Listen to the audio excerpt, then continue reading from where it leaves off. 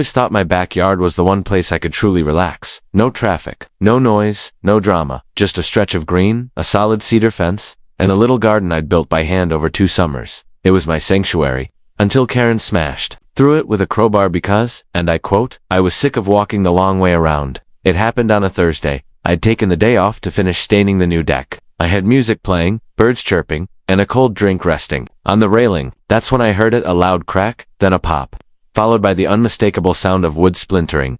I dropped the brush, heart skipping. It sounded like a tree had fallen, or worse. But what I found when I turned the corner of the house wasn't a tree. It was Karen, holding a crowbar, standing over a pile of broken cedar planks, like she was Moses parting the Red Sea. "Karen," I blinked. She looked up, entirely unbothered. "Oh, hey, I thought this was the old fence. It's rotted, right? I've been meaning to talk to you about it." She wasn't even apologetic. She was annoyed, like I'd just caught her using the wrong recycling bin. "Why did you break my fence?" I said slowly, every word coated in disbelief. She wiped sweat from her brow with the back of her wrist. I needed a faster way to get to my backyard. Walking all the way around the block to take the sidewalk is ridiculous. I stared at the gap in the fence, 6 feet wide, boards cracked and scattered like matchsticks. "That's trespassing," I said, "and destruction of property." She rolled her eyes. "Don't be dramatic. I'll help you fix it. Besides, it's just a fence. It's not like anyone got hurt." That last line stuck with me, because Karen had always believed that, as long as nobody bled, she could do whatever she wanted. Karen had moved in a year ago. She wasn't the worst neighbor at first, polite, punctual, weirdly intense about local HOA meetings. But little things added up. She trimmed other people's hedges without asking. She parked too close to driveways, she reported a teenager, 2 houses down for loitering when he was just practicing skateboard tricks on the curb. And now she had demolished my fence because her Fitbit said it was too many steps to walk around the block. I told her I'd be contacting the police. Her reaction, she laughed. "Go ahead. My brother-in-law is a sheriff's deputy. I'm sure he'll love getting a call about a fence emergency." And with that, she walked straight through the hole she made into her yard and vanished behind a row of hedges. I didn't call the police. Not right away. Instead, I documented everything. Photos, video, a time-stamped note. Then I spent the rest of the day picking up the pieces of what was supposed to be my peaceful afternoon. That night, I replayed the moment again and again in my mind. Karen, crowbar in hand, casually smashing through my boundary like it meant nothing, like I meant nothing. It wasn't about the fence anymore. It was about respect, or the lack of it. I filed a report with the city the next day. They logged the damage, took my statement, and told me that unless the cost exceeded a certain threshold, it would likely be classified as a civil matter. Translation: Small Claims Court. Karen had already won the first round by betting I wouldn't want to deal with the hassle, but she didn't know me very well, because when someone breaks into my space, my peace, and my privacy, that's not a dispute. That's war. I tried to repair the fence that weekend, but every time I nailed a board back in place, Karen would casually pass through again. "Don't bother," she said once. "I'll just take it down again if it gets in my way." Beguiled, so I installed a motion camera. She disabled it. I tried planting thorny bushes along the line. She yanked them out. I called the HOA. They said it was a personal matter, so I did. The one thing she never expected, I bought the boundary. Turns out, the sliver of land between my house and hers, the narrow, tree-lined space she used as a shortcut, technically belonged to an undeveloped utility easement that the city had decommissioned years ago. It wasn't officially part of either property, but it was up for purchase through a city program that allowed adjoining homeowners to claim and incorporate such land parcels. I filed the paperwork, paid the fees, got the surveyor. The deed was processed in less than 3 weeks, and just like that, Karen's shortcut became my private property. I didn't rebuild the fence right away, no. I had something better in mind, because the best revenge isn't loud, it's clever, and the next step would trap Karen in a way she'd never forget. Buying the boundary wasn't difficult. What was difficult was keeping it a secret long enough for the trap to work. The city had a quiet little program called a Parcel Reclamation Initiative. Basically, if a stretch of unused public land like an alley, utility easement, or forgotten divider was no longer being maintained, adjacent property owners could apply to absorb it. Most people used it to expand driveways or plant gardens. I used it to wage war. The process involved filling out forms, filing with the zoning office, paying a small processing fee, and having the parcel surveyed. It wasn't cheap, about $1,700 when all was said and done, but I considered it an investment in peace of mind, or maybe, more honestly, a down payment on payback, because the second that paperwork cleared, Karen's shortcut would become trespassing, not just morally, but legally, that she wouldn't be able to claim it was an easement, or shared land, or even public access. The ground beneath her shortcut would now be mine, and I was going to make that very clear. While the legal machinery churned in the background, I kept my head down. Karen, for her part, seemed smugger than ever. She walked through the broken fence daily, sometimes more than once, carrying groceries, yard tools, even dragging trash bins right across my lawn. She smiled when she saw me. "Nice weather for shortcuts," she said once, smirking. I didn't react. I just nodded. She mistook my silence for surrender, and that was exactly what I wanted. 2 weeks later, the deed arrived. I held it in my hands like a golden ticket. A single piece of paper that gave me full ownership of the stretch of land between our houses, the same strip Karen treated like her personal sidewalk. I had the property markers installed within 48 hours. For sturdy legal-grade metal stakes with fluorescent flags right along the edge of my yard, and the new fence. Oh, it wasn't just a fence, it was a wall. 10 feet tall, reinforced with metal posts. Locked gate, motion lights, and a no trespassing sign so large it could be read from the moon. The materials were expensive. The build took days, but it was worth every penny.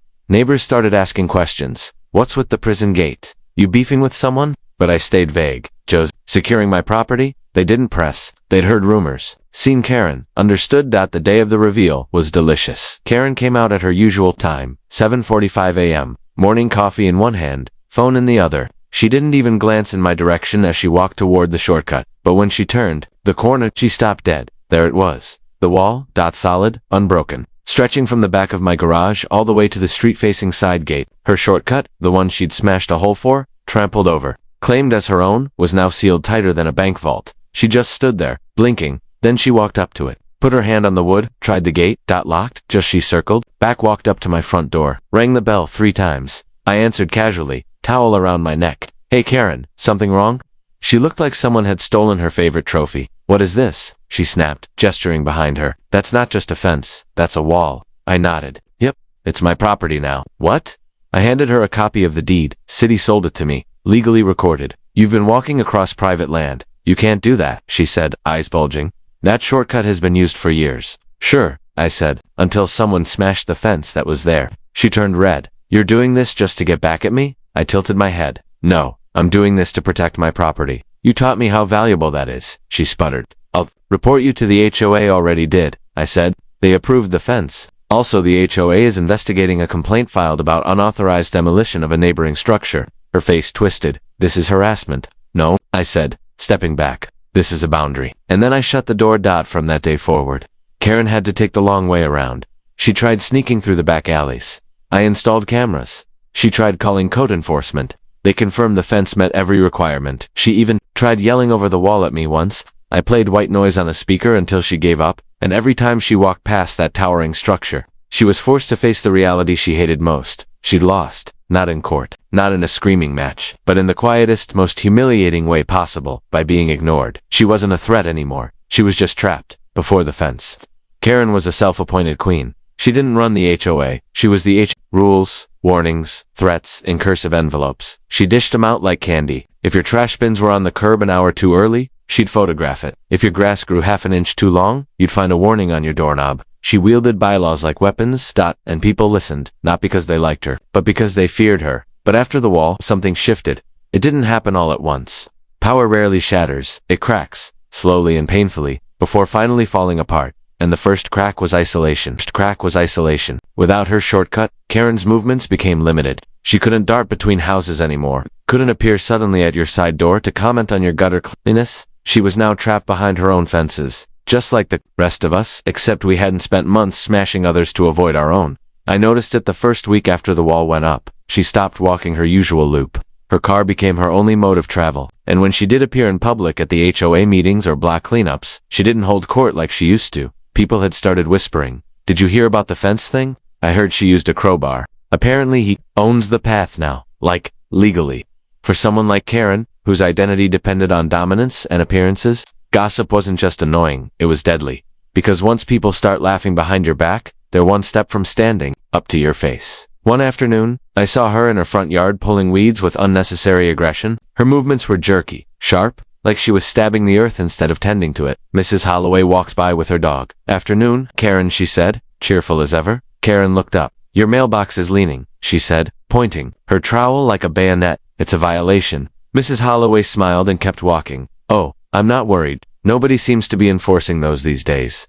That one landed. I saw it on Karen's face. A twitch. A pause. She turned back to her flower bed like it had insulted her. The second crack was resistance.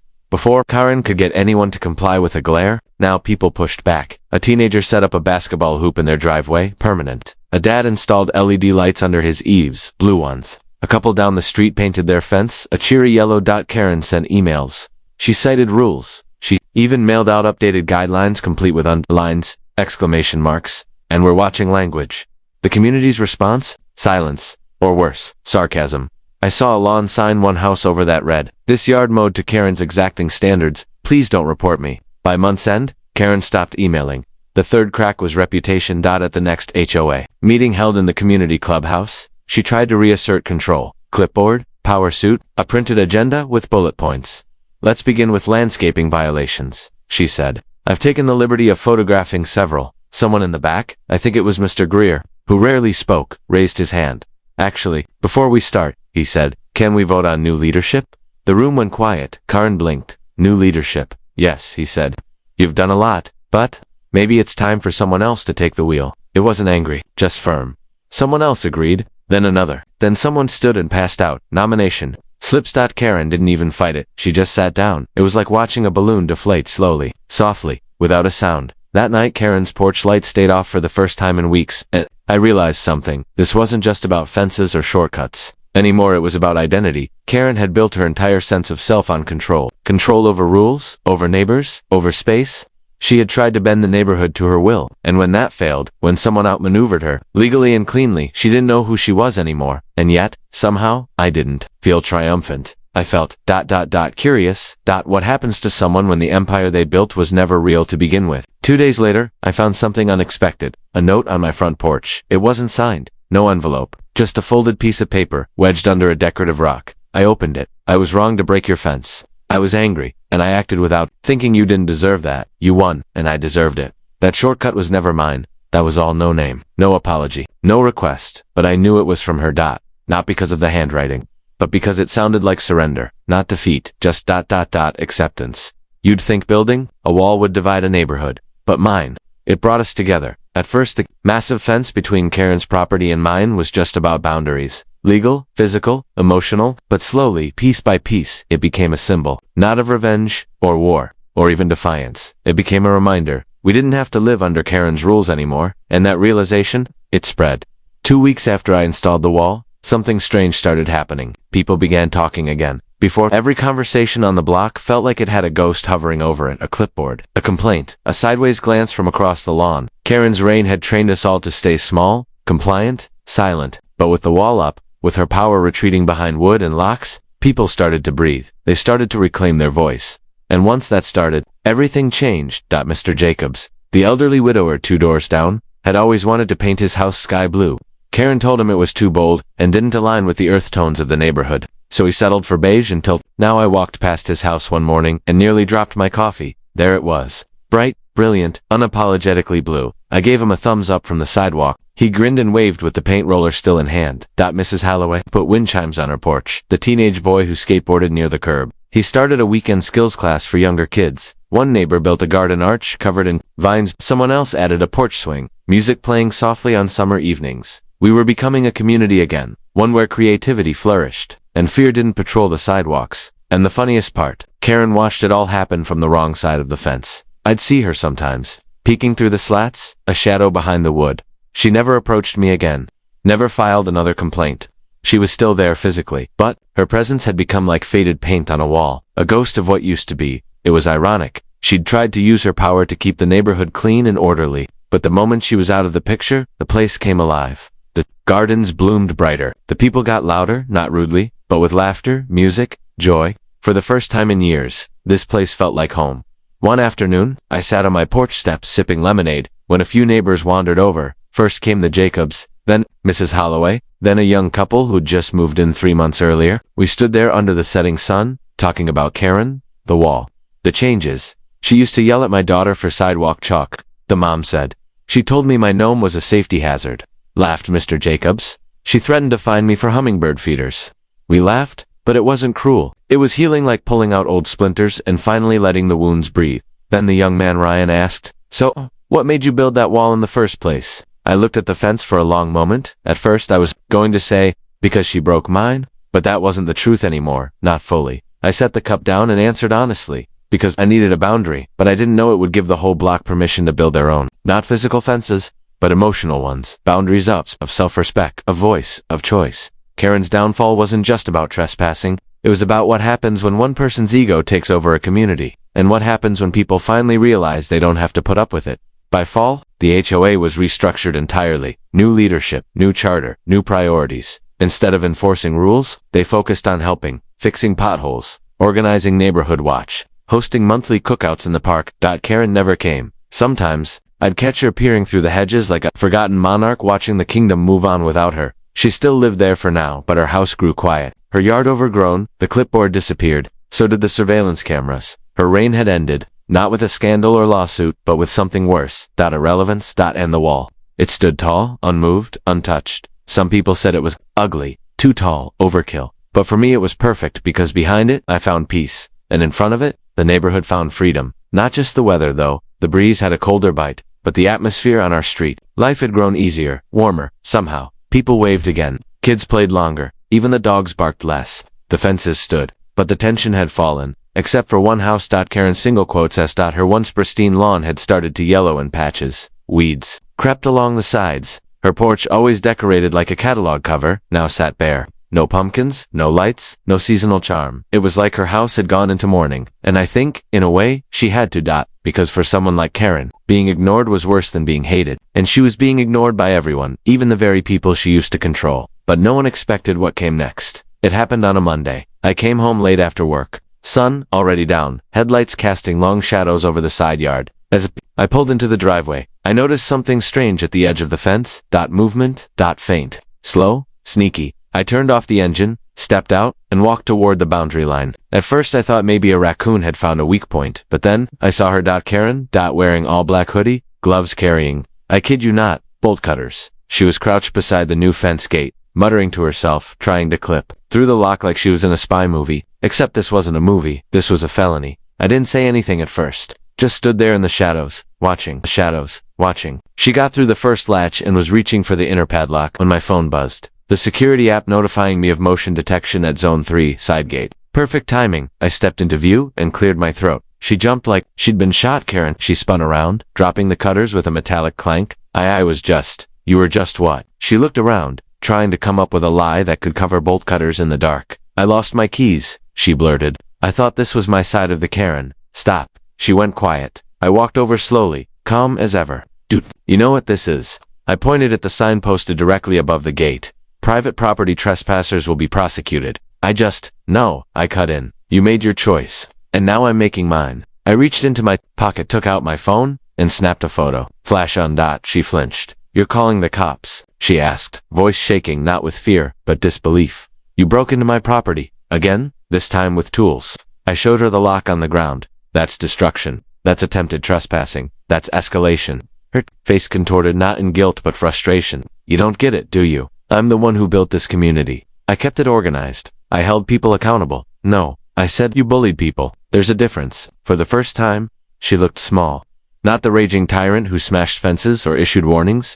Just a woman, cornered, tired, maybe even afraid. I didn't mean for it to get this bad, but it did. I picked up the lock she dropped and turned it in my hand. You tried to break your way in again. The first time it was wood, this time steel. I needed that path. It was part of my routine. I nodded, and I needed peace. That was part of mine. There was a long pause between us. Finally, I added, you know, Karen, when you smashed my fence you thought you were tearing down an obstacle, but all you really did was start building a cage around yourself. She didn't respond, didn't cry, didn't scream, just turned around and walked away, quietly, into the dark. Back through her own side yard, into her porch, and behind the front door that would close off her world from everyone else's. I filed the police report the next morning. I showed them the footage, the timestamps, the photos. It was clear-cut trespassing. They didn't arrest her, not right away, but she got a formal citation, a court date, and a visit from the neighborhood officer. The entire street knew by that evening. And just like that, Karen was no longer feared. She was pitied, mocked, avoided. The woman who once bragged about controlling the block now couldn't even control herself. She stopped showing her face entirely. Her windows stayed shut, her blinds drawn. No more gardening, no more barking orders. Just silence from a house that once buzzed with control. I'd go days without seeing a single light on. And then, something poetic happened. The gate she tried to break. I had it welded shut from the outside. Not with anger, not to punish, but to make a point. You can't just smash your way into people's lives.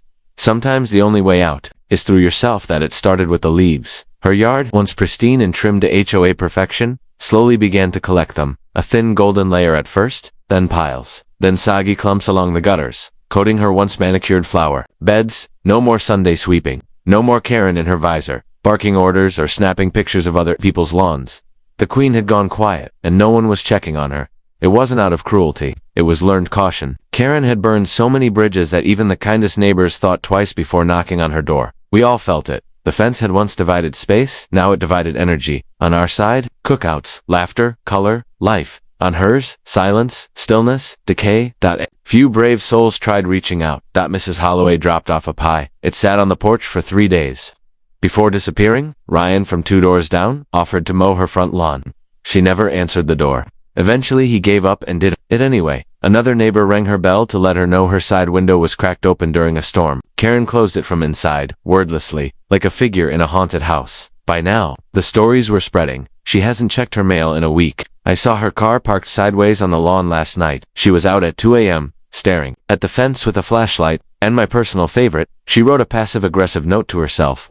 I didn't take joy in watching Karen spiral, not really, but I did feel something. Not revenge, not pity, something more complicated, something like recognition. She was living inside her own prison now, built not by steel or fences, but by years of small power grabs, cut corners, and false authority. The shortcuts she once used weren't just physical, they were symbolic. She never asked, she just took, never apologized, just doubled down, never paused to ask if her way was the only way, until she slammed into a wall she couldn't cut through. And now, that wall was winning. The neighborhood began to treat her property like cursed land. Kids stopped trick-or-treating at her porch. Dog walkers crossed the street before passing her yard. Even birds seemed to prefer the other rooftops. And the more we stepped away, the more she seemed to disappear. Windows dark, curtains drawn, yard forgotten. I began to wonder if she was even still living there. But then, late one night, I heard something, not shouting, not smashing, digging. I got out of bed and crept toward my window. The motion light near the side fence blinked on, and there, in the flickering shadows, I saw her. Karen, in slippers and a robe, kneeling by the side of her house, furiously clawing at the soil like a woman possessed. She had a spade in one hand, a flashlight between her teeth, and dirt caking her sleeves. She was digging under the fence, like an animal looking for escape. I watched for a full minute, frozen by the surrealism of it. Then she hit something hard, the concrete footing I had poured beneath the post. She let out a grunt, smacked the shovel once, then dropped it. She just sat there, slumped, breathing hard, covered in dirt. She wasn't angry, she wasn't shouting, she was just done. That was the last time I saw her outside. A few days later, a realtor's sign appeared on her front lawn, for sale. It wasn't bright, it wasn't flashy, just a simple white post with a contact number zip-tied to it. No open house, no flyers, and just like that she was gone. No goodbye, no drama, no final monologue. Just a moving van in the driveway one foggy morning, a sold sticker by sundown, and Karen vanished. Her house stayed empty for a while. No one wanted it at first. The rumors, the history, the energy, but eventually, a young family bought it. First-time homeowners, big dreams, the kind who waved to everyone and hosted lemonade stands in summer. They painted the front door orange, planted sunflowers in the garden, hung a live, laugh, love sign in the window. I watched them from my porch with a quiet smile. One evening, the dad walked up and introduced himself. Hey, I think you're our neighbor on the backside. You built that huge fence, right? I nodded. Yep. Mind if I ask what that was about? I smiled. Let's just say someone needed reminding where the property line was. He laughed. Fair enough. Then he paused. We're thinking of putting in a gate, for access to the side path. Any issue with that? I thought about it for a moment, then said, not at all. Just knock first. I believe in boundaries, not barriers. Fences don't just keep people out. They protect what's inside. That's what I came to understand. Long after Karen packed her last box, long after the gossip faded, and long after the neighborhood bloomed into something brighter. In the end, this wasn't just a story about a shortcut, or a shattered fence, or even revenge. It was about self-respect and how far you're willing to go to defend it. Months passed after Karen left. Her story, once so loud in our lives, became a quiet cautionary tale. The family who moved into her house transformed the space. Laughter replaced silence. Garden beds grew wild and colorful, and their little girl hung a tire swing that squeaked every afternoon. Nobody missed the clipboard. Nobody missed the citations. What we all remembered. Was the wall still tall? Still strong? But now, strangely, it felt welcoming, not because it let people in, but because it allowed everything else to heal behind it. One spring morning, I got a knock on my door. It was the new neighbor, Daniel, holding a tray of lemon bars. "Peace offering," he said, "for when our daughter kicks her soccer ball into your yard for the 5th time." I laughed and took a bite. "Tell her, she gets 3 freebies. After that, it's hostage negotiation." We stood there for a while, looking at the fence. "She's a little scared of it," he admitted. "Says it's like a castle wall." "It was," I said, "once. Still is." I looked at it. The grain in the wood had weathered. Ivy curled along one corner. The metal posts had softened under time's patina. It no longer looked like a fortress. It looked like a line, firm, but calm. "No," I said. "Now it's just a reminder of what." I paused. "That there's nothing wrong with saying, 'This is mine. This is where I draw the line, and you don't get to take that from me.'" Daniel nodded. "That's a good thing to teach a kid." He started to leave, then turned back. "So what happened to the last neighbor, the clipboard queen?" I chuckled. "She tried to smash her way through the world, and she learned the hard way. You can't build a life by tearing down someone else's." I never took the fence down, but I did change it. I added a gate. Not on the side Karen once stormed through, but farther back, between 2 old oaks. It wasn't locked, just latched. The kind of gate someone respectful would knock at. A little symbolic passageway between my yard and the one behind it, now home to a garden, a swing set, and the sound of a new beginning. I even painted it soft green, let it blend into the trees. Invisible, almost until you came close. That felt right, because fences should blend in with life, not overshadow it. One evening, I sat by the fire pit with a few neighbors. We were swapping stories, laughing about HOA horror tales, teenage pranks, and the infamous garden gnome report from Karen's heyday. Someone said, "Remember when she knocked over Carol's flamingos? Called them visual pollution." Someone else added, "I heard she once measured a flower bed with a ruler." Laughter echoed under the stars. Then someone turned to me and said, "You know, if you hadn't built that fence," I smiled, "we'd still be whispering in our own yards." The fire cracked, and I thought about all the things we'd gained. Freedom, color, voice. We weren't perfect, but we were better. Sometimes, it only takes one strong boundary to remind everyone how to treat each other. Karen's house eventually lost its ghost. Time has a way of painting over the past, not erasing it, just softening the edges.